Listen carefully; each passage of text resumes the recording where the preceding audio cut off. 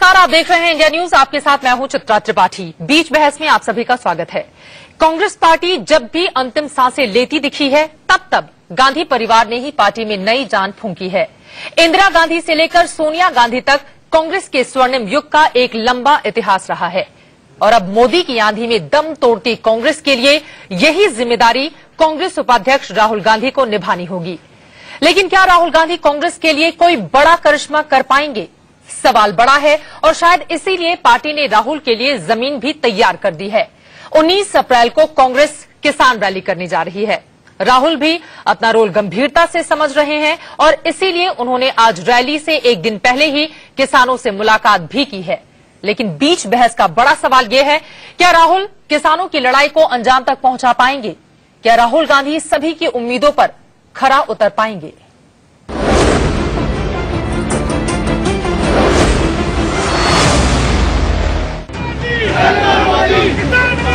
याचना नहीं, अब रण होगा। राहुल की राह दिखाएंगे, काला कानून भगाएंगे।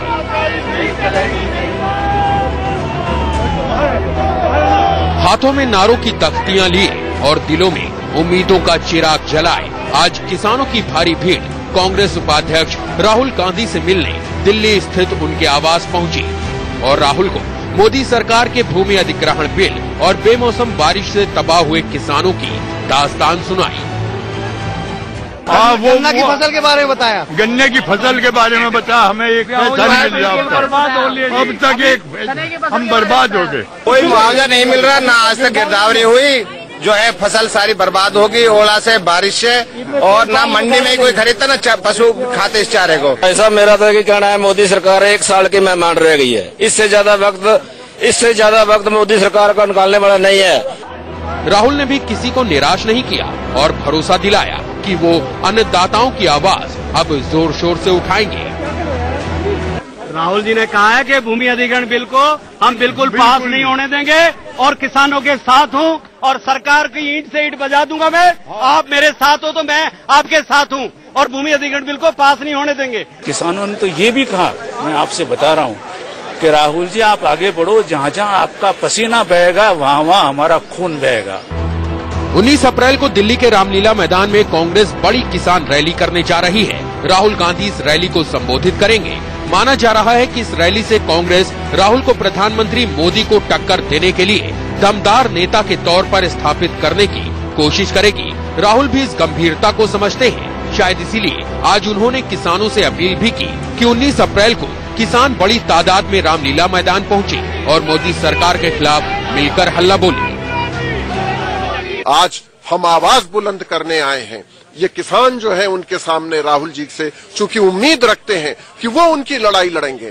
पहले भी किसानों की लड़ाई को उन्होंने लड़ा था। राहुल 2 दिन पहले ही विदेश से लौटे हैं। वो विदेश में चिंतन मनन के लिए छुट्टी पर चले गए थे और अब वो पहली बड़ी लड़ाई किसानों के लिए लड़ने जा रहे हैं। ऐसे में रैली से ठीक एक दिन पहले किसानों से राहुल की इस मुलाकात को जानकार रिहर्सल के तौर पर देख रहे हैं। लेकिन बड़ा सवाल यही है कि क्या राहुल इस लड़ाई को अंजाम तक पहुंचा पाएंगे? देखने को आता है कि जब भी मौका होता है वो नेतृत्व छोड़कर गायब हो जाते हैं। आपका आंकलन हो सकता है। हमें लगता है कि उनके नेतृत्व में, राहुल जी और सोनिया गांधी जी के नेतृत्व में 2 बार लोकसभा के चुनाव कांग्रेस पार्टी जीती है। इस बार हम हारे जरूर हैं, लेकिन हमारा मनोबल कम नहीं हुआ। हम संघर्ष करेंगे, सड़कों पर उतरेंगे, आम आदमी की आवाज को उठाएंगे। अब एकदम से सोते सोते उनको किसानों की याद आ गई है, तो निश्चित तौर से उन्हें किसानों की याद नहीं आई है, बल्कि वो जो कांग्रेस की ऊसर जमीन है, कांग्रेस अपनी ऊसर जमीन पर किसानों की उपजाऊ जमीन का पोस्टर लगा करके अपनी सियासत की किस्मत आजमाना चाहती है। उससे उन्हें कोई फायदा होने वाला नहीं है। राहुल के लिए ये वक्त किसी इम्तिहान से कम नहीं। लोकसभा चुनाव में औंधे मुंह गिरी कांग्रेस को फिर से उठाने की जिम्मेदारी भी राहुल के कंधों पर होगी। राहुल कांग्रेसियों को उस चिराग की तरह दिखने लगे हैं जो आगे मोदी की आंधी से टकराएंगे। लेकिन सवाल तो राहुल की सियासत में उस ठहराव का है जो जानकारों को कभी नहीं दिखी। ऐसे में क्या किसान रैली के बाद राहुल कांग्रेस के लिए आगे फुल टाइम सियासत करेंगे? राहुल अहम बजट सत्र के पहले ही छुट्टी पर गए थे, तब भी विरोधियों ने सवाल उठाए थे। राहुल निर्भया कांड के वक्त युवाओं के साथ खड़े नजर नहीं आए। सवाल तब भी उठे।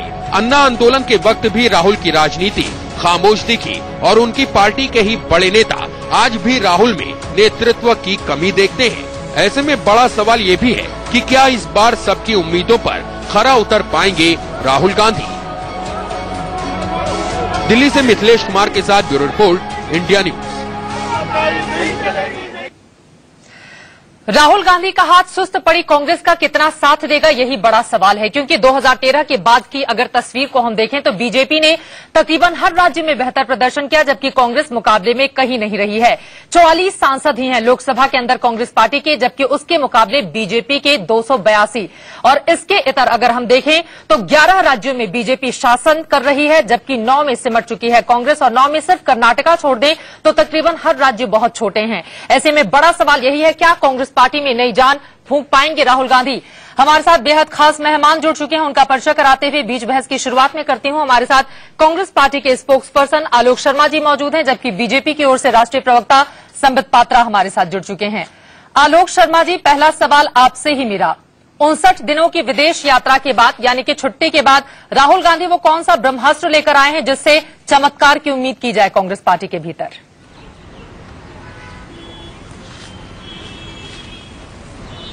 इस पूरे ब्रह्मांड के अंदर जो सबसे बड़ा ब्रह्मास्त्र है वो सत्य का ब्रह्मास्त्र है, और राहुल जी के पास और कांग्रेस के पास आज सत्य का ब्रह्मास्त्र है। हम सत्य के साथ खड़े हुए हैं और असत्य की हमेशा पराजय हुई है, ये भी शाश्वत सच है। भाजपा ने असत्य का रास्ता लिया है, गुमराह करने का रास्ता लिया है, झूठ का रास्ता लिया है। हमारी विजय होगी और माननीय राहुल गांधी और सोनिया गांधी जी के नेतृत्व में विजय होगी। राहुल गांधी और सोनिया गांधी जी के नेतृत्व में विजय होगी, यानी कि ये बात तो साफ है कि कांग्रेस पार्टी फिलहाल अभी अध्यक्ष नहीं राहुल गांधी को बनाने जा रही है।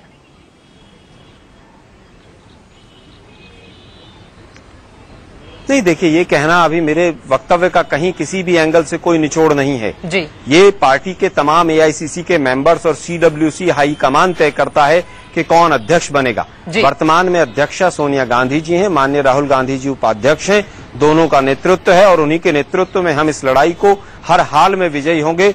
और उसका एक जीता जागता प्रमाण है कि आज जब किसानों ने ये कहा कि राहुल जी आपका जहां पसीना गिरेगा हम खून बहा देंगे, इस वाक्य में मैं समझता हूं किसानों ने अपनी पूरी बात कह दी है।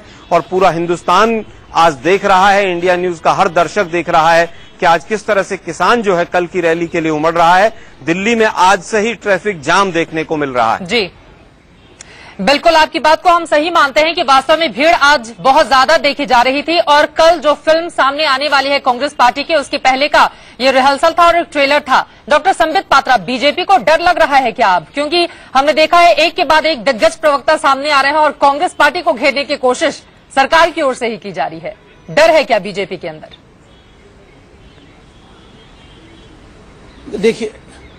देखिए चित्रा, मैं कहूंगा कि बिल्कुल हमें इस जो परिस्थिति का सामना नहीं करना चाहिए, तो ये एक एरोगेंट स्टेटमेंट होगा।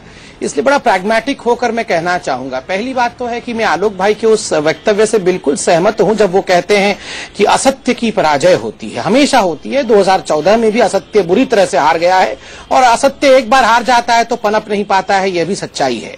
दूसरा महत्वपूर्ण विषय है कि ये जो कल रैली होने वाली है, किसान रैली, मुझे लगता है उसमें कुछ नाम परिवर्तन करने की आवश्यकता है। वो दरअसल किसान रैली नहीं है, वो राहुल बचाओ रैली है। और दमखम के साथ कांग्रेस की ये कोशिश है कि रीलॉन्च और रीपैकेजिंग राहुल गांधी जी की हो, इसमें किसी प्रकार का शंका और संशय पूरे हिंदुस्तान को नहीं है। और तीसरा, मैं थोड़े से मजाकिया अंदाज में कहूंगा, हाँ, मैंने एक किसान को सुना कि वो कह रहे थे कि जहां राहुल जी का पसीना गिरेगा वहां उनका खून बह जाएगा।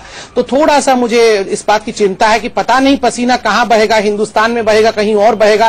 तो प्लेन के टिकट विकट करके रेडी रहे, खून तो वहां बहाना पड़ेगा ना, वो तो यहां बहेगा तभी तो यहां बहाएंगे खून। बिल्कुल, और इसका मैं जवाब ले लेती हूं। आलोक जी, बड़ा सवाल यही है, क्या वास्तव में किसान बचाओ रैली की जगह राहुल बचाओ रैली है क्या?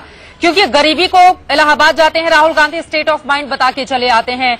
जितने भी बड़े मुद्दे देश में उठाए जाते हैं उस समय राहुल गांधी नदारद रहते हैं। हालिया बजट सत्र के दौरान भी हमने देख लिया। तो इस वजह से राहुल गांधी को लेकर समय समय पर सवाल उठते भी रहे हैं। उससे कैसे निपटेगी कांग्रेस पार्टी?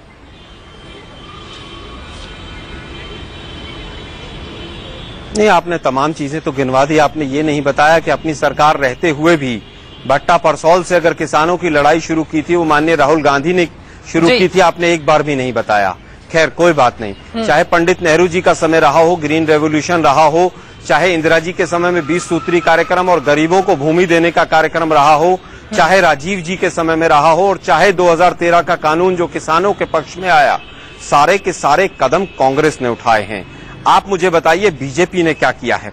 बीजेपी ने पिछले 1 साल में आने के बाद अगर एक भी कदम आप बता दीजिए या बीजेपी के प्रवक्ता महोदय मुझे बता दीजिए कि हरियाणा जैसे राज्य में जो फर्टिलाइजर था वो थानों में लाइन लगकर पुलिस स्टेशन में बिका है, इंसेक्टिसाइड पेस्टिसाइड के प्राइसेस बढ़ गए। आप देखिए मिनिमम सपोर्ट प्राइस पिछले 10 वर्षों में सबसे कम घटा है। कांग्रेस पार्टी की जिम्मेदारी है, मुख्य विपक्षी दल होने के नाते आप लोगों को सड़क पर उतरकर आवाज उठानी चाहिए आम लोगों की।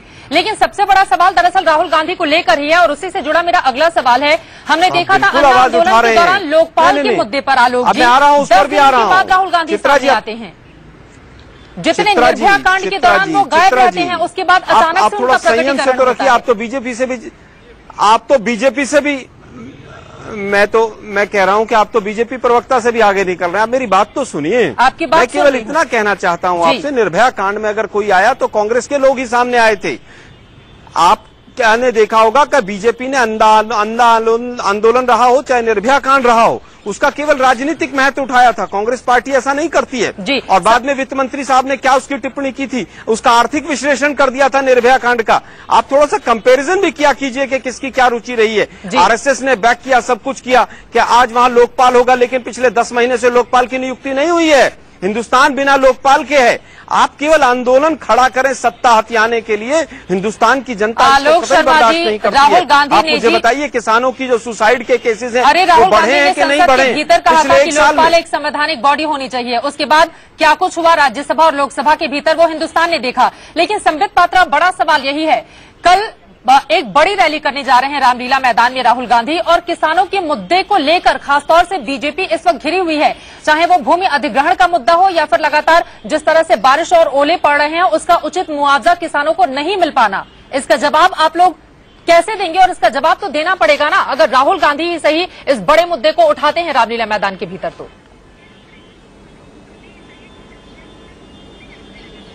देखिए चित्रा जी, मैं किसी भी सवाल से भागूंगा नहीं, और खास करके जब हमारे गरीब किसानों का विषय हो। मगर पहले एक बहुत गूढ़ मुद्दा मैं उठाना चाहूंगा इस कार्यक्रम में, बहुत गंभीर मुद्दा है। अभी मैं आलोक जी को सुन रहा था, उन्होंने 3-4 प्रधानमंत्रियों के नाम भी गिनाए और कहा कि कांग्रेस क्या क्या नहीं करती है दुनिया में, सब कुछ उन्होंने ही निर्माण किया। देखिए प्लीज मुझे बोलने दीजिए, मैं आपको नहीं रोक टोक रहा था। देखिए उन्होंने जवाहरलाल नेहरू, इंदिरा गांधी, राजीव गांधी, राहुल गांधी, सोनिया गांधी, इन तमाम लोगों का नाम लिया। आप देखिए किस प्रकार की हिंदुस्तान की राजनीति और खास करके कांग्रेस की राजनीति है, जहां केवल एक परिवार के लोग, अगर उस परिवार से बाहर कोई चाय वाला, कोई साधारण व्यक्ति प्रधानमंत्री बन जाता है तो इनकी बौखलाहट आसमान छूने लगती है। भटकाते क्यों हैं? आम आदमी की बात कर रहे हैं, इस समय इनको कहिए मुद्दे पर आएंगे, मुद्दे पर बहस करें। पिछले 1 साल में आपने क्या किया किसानों के लिए, बताइए आप। कब नरेंद्र मोदी पर खत्म हो रही है? आलोक जी इतना मत हो, ऐसे मत होइए, ऐसे मत होइए। राष्ट्रवाद इनका धारा 370 आप बताइए, मैं चित्रा जी किसानों के मुद्दे को लेकर उठाता हूं विषय। ये क्या आप पिछले 10 महीने मैं आपकी बात समझ, आप अपनी बात जल्दी से पूरी कीजिए, फिर मैं आलोक शर्मा जी के पास जाऊंगी। अरे आवाज बचाइए, कल राहुल जी के नारे भी लगाने हैं आपको, गांधी परिवार के नारे लगाने हैं। मुद्दे पर मजाकिया लहजे में बात कर रहे हैं। नहीं रखिए ना, आवाज ठीक रखिए। नहीं, आप किसानों के मुद्दे पर मजाकिया लहजे में बात कर रहे हैं। शांत हो जाइए, तभी तो मैं बताऊंगा आपने क्या किया किसानों के साथ। ये नहीं क्या होता है, ये नहीं क्या होता है।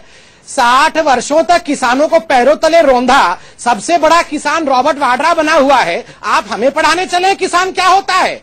आज किसान रो रहा है, बहुत अच्छा लगता है। 60 वर्षों में 6 साल आपकी सरकार भी रही है, राजीव आपने 6 साल में अगर एक भी कदम उठाया तो बताइए। इन लोगों ने, आप मुझे बताइए पिछले 10 महीने में क्या किया है आपने किसानों के लिए? नेहरू से आरंभ करके गांधी परिवार के एक व्यक्ति ने किसानों के सर पे पैर रख के अपने जीवन को बनाया है। मुद्दे पर इंदिरा गांधी से लेकर राजीव गांधी, क्यों डरते हैं ये लोग? जो गलत हुआ उसके लिए कांग्रेस को सजा मिलनी चाहिए। इसी वजह से 44 सीटों पर किसानों के मुद्दे पर लूटने का काम किया है। आप किसानों के मुद्दे पर बात कीजिए।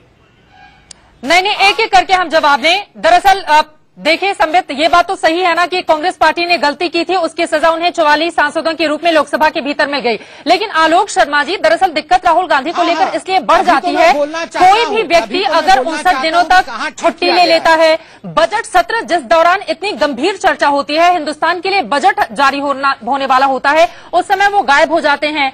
आपके ही पार्टी के बढ़ जाती है, कोई भी व्यक्ति अगर 59 दिनों तक छुट्टी ले लेता है, बजट सत्र जिस दौरान इतनी गंभीर चर्चा होती है, हिंदुस्तान के लिए बजट जारी होने वाला होता है, उस समय वो गायब हो जाते हैं। आपके ही पार्टी के भीतर से उनके नेतृत्व को लेकर बार बार सवाल खड़े होने लगते हैं। इसीलिए बहुत ज्यादा जरूरी है कि राहुल गांधी को लेकर कांग्रेस पार्टी के भीतर ही स्पष्टीकरण की स्थिति बिल्कुल साफ हो पाए। मैं किसानों के बारे में बोल दूं। संबित, आती हूं मैं आपके पास। आलोक शर्मा जी, अपने ही नाराज नेताओं को कैसे मनाएंगे आप लोग राहुल गांधी के नाम पर? लोकतांत्रिक पार्टी है, मैं कह रहा हूं लोकतांत्रिक पार्टी है। लोकतांत्रिक पार्टी में इस तरह की आवाज आती है। हमारे यहाँ संजय जोशी की तरह बाहर निकाल के नहीं फेंक दिया जाता है। होर्डिंग 1 घंटे भी अमित शाह जी के घर के बाहर न लगे, ऐसा नहीं रहा जाता है। लोकतांत्रिक पार्टी है, हमारे यहाँ पर कोई भी विचार रखने की स्वतंत्रता है, लेकिन वो इलेक्टेड वाइस प्रेसिडेंट है, सोनिया जी इलेक्टेड प्रेसिडेंट हैं। और जहां तक आपने बजट सेशन की बात की है, बजट सेशन हमने पूरी ताकत के साथ जो जनता के और किसानों के विरोध के विषय थे, उनको पूरी ताकत के साथ संसद के अंदर उठाया है। आपका नेता गायब रहेगा, फिर आप लोग मुद्दे को उठाएंगे, ऐसे कैसे चलेगा आलोक शर्मा जी? या 6 साल पहले सरकार रही आपकी, नेतृत्व की जब कमी रहेगी, आज राहुल गांधी को ऐसा लग रहा है कि रिलॉन्च करने जा रही है कांग्रेस पार्टी। ऐसा बिल्कुल नहीं है। सबसे बड़ा सवाल यही है, दरअसल मुद्दों की गंभीरता को समझना राहुल गांधी के लिए भी बहुत जरूरी हो जाता है। किसी पत्रकार मैं समझता हूं बिल्कुल मुद्दों की गंभीरता को समझा गया है। आप बताइए ना, क्या नरेंद्र मोदी जी किसानों से मिले? जंतर मंतर पर किसान लोग आंदोलन करके वापस चले गए, बीजेपी का कोई लीडर वहां मिलने नहीं गया। अगर राहुल गांधी मिल रहे हैं तो नेतृत्व की कहीं ना कहीं मैं समझता हूं उसके अंदर संवेदना है, नेतृत्व के अंदर गरीबों और किसानों के प्रति कहीं ना कहीं उनका झुकाव है। आप बताइए ना, 10 महीने में 1 कदम अगर बताया तो बताइए आप। नहीं, हम नहीं करना चाहते। हम एक झूठे व्यक्ति के सामने किसी दूसरे की को कंपेयर कर ही नहीं सकते हैं। आप विभिन्न मुद्राओं में नई जैकेट पहन के विदेशों में जाके झूठ बोले, आप उस व्यक्ति से हम राहुल गांधी को कंपेयर कर ही नहीं सकते। जवाब ले लेती हूँ संबित पात्रा, लेकिन दरअसल कहा यह जा रहा है और बीजेपी को डरने की जरूरत इस लिहाज से भी है क्योंकि दिल्ली में जो कुछ हुआ हम सब ने देखा। इसके अलावा महत्वपूर्ण यह है, अगर 10 सालों तक हम राजनीतिक इतिहास को टटोलें राहुल गांधी के, तो अभी तक उस तरह की स्थिरता हमें देखने को नहीं मिली है। लेकिन अब माना जा रहा है कि राहुल गांधी एक नए रंग रूप में बिल्कुल पेश होने जा रहे हैं कल के बाद, और इस वजह से बीजेपी को लेकर कांग्रेस ने अपनी स्थिति साफ कर दी है। विदेश में अगर प्रधानमंत्री जाते हैं तो कांग्रेस अपना प्रवक्ता भेजेगी। आज किसानों से उन्होंने मुलाकात की है और किसानों से जुड़ा हुआ मुद्दा इस वक्त सबसे ज्यादा गंभीर है हिंदुस्तान में। इस वजह से बहुत जरूरी हो जाता है कि आप लोग बेहद गंभीरता के साथ जवाब दें। संबित,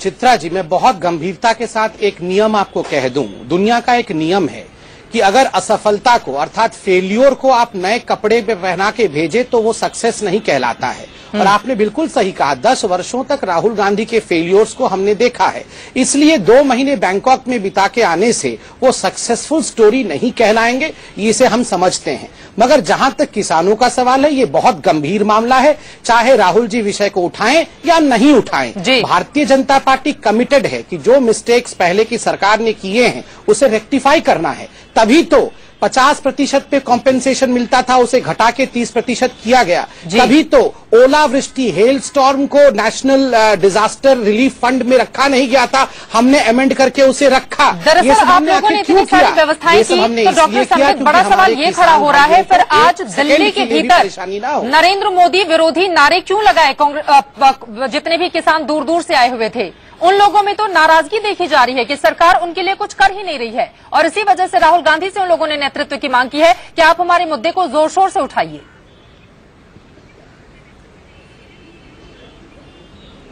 देखिए, मैं बिल्कुल अहंकार की मुद्रा में नहीं कहूंगा और किसानों के प्रति सम्मान की भावना रखते हुए कहूंगा, जो आज राहुल जी के निवास स्थान पे हमने देखा, मैं उसे मैन्युफैक्चर्ड डिसेंट कहूंगा। बना बनाया कृत्रिम 5 लोगों को लाके खड़े करने से वो डिसेंट नहीं कहलाता है। और दूसरा, अगर एक भी किसान इस देश में नाराज है तो मैं प्रतिज्ञा करता हूं कि हमारे प्रधानमंत्री जी ने जो कहा है कि सबकी आवाज मैं सुनूंगा, हम सबकी आवाज सुनेंगे, किसी को नहीं छोड़ने वाले हैं, सबको अच्छा करेंगे, आगे बढ़ाएंगे, ये हमारा कर्तव्य है, ये सरकार का दायित्व है। जी चलिए, लेकिन उम्मीद यही है कम से कम तमाम जो विषय की गंभीरता है बीजेपी उसको सुनेगी। और इतने दिनों से किसानों का मुद्दा लगातार सामने आ रहा है, मन की बात जरूर करते हैं प्रधानमंत्री, लेकिन शायद किसानों की मन की बात अभी उस तरह से सुन नहीं पाए हैं। लेकिन आज का हमारा मुद्दा है राहुल गांधी, और इस वक्त हमारे साथ आम आदमी पार्टी के प्रवक्ता सोमनाथ भारती जी भी जुड़ चुके हैं। सोमनाथ जी, सीधा सा सवाल आपसे मेरा यही है, लोकपाल के मुद्दे पर हमने देखा था राहुल गांधी बहुत दिनों के बाद सामने आते हैं और अचानक से उसको महिमामंडित करते हुए लोकसभा में अपना बड़ा सा बयान देते हैं। लेकिन क्या अब आपको लगता है कि राहुल गांधी एक नए अवतार में नजर आने वाले हैं कल से, और उसकी पूरी तैयारियां कांग्रेस पार्टी की ओर से भी की गई हैं और इसीलिए बीजेपी और आम आदमी पार्टी को डरने की जरूरत है? देखिए, ये जो कुछ भी राहुल गांधी जी अपने पार्टी में करने वाले हैं, उनके पार्टी का आंतरिक मुद्दा है जी। लेकिन राहुल गांधी जी का शुरू से ही वो बहुत मिसफिट दिखते हैं पॉलिटिक्स के लिए, और कांग्रेस में जब तक वो इस प्रकार से अपना वर्चस्व दिखाने का प्रयास करेंगे, जो कि नहीं हो पा रहा है जी। वो कुछ कर ही नहीं पा रहे हैं, तो कांग्रेस बहुत ही बुरी स्थिति में आज के तारीख में है। अब ये भाजपा जो किसानों की चिंता करती दिख रही है इस वक्त, भाजपा की अपनी मजबूरी है जी। क्योंकि वो क्रोनी कैपिटलिस्ट, वो उद्योगपति जिनके सहारे वो खड़ी है, उनके इंटरेस्ट को वो सेफ गार्ड करती नजर आती है हर बार। वो कितना भी प्रयास, वो बड़ा इंटरेस्टिंग से काम कर रही है कि देखो जी हमने ये फैसला कर लिया उद्योगपतियों को कहने के ऊपर। राहुल गांधी से आम आदमी पार्टी अब आप मुझे बताएं किसानों के लिए थोड़ा सा क्या कर सकते हैं? जी, वक्त की कमी है, छोटा सा जवाब सोमनाथ भारती। राहुल गांधी से आम आदमी पार्टी क्या नहीं, देखिए, नहीं, राहुल गांधी से क्या, भाजपा से क्या और मोदी जी से क्या, आम आदमी पार्टी ने जो दिल्ली में कर दिखाया, उसके बाद दोनों पार्टियों की हालत पतली है। चलिए, दोनों पार्टियों की हालत पतली है, लेकिन बड़ा सवाल यही है राहुल गांधी कितने फिट हैं या फिर कितने मिसफिट हैं राजनीति में या फिर लोगों के मुद्दे को उठाने में। कल की जो किसान रैली होने जा रही है रामलीला मैदान में, उससे तस्वीर पूरी तरह से साफ हो जाएगी।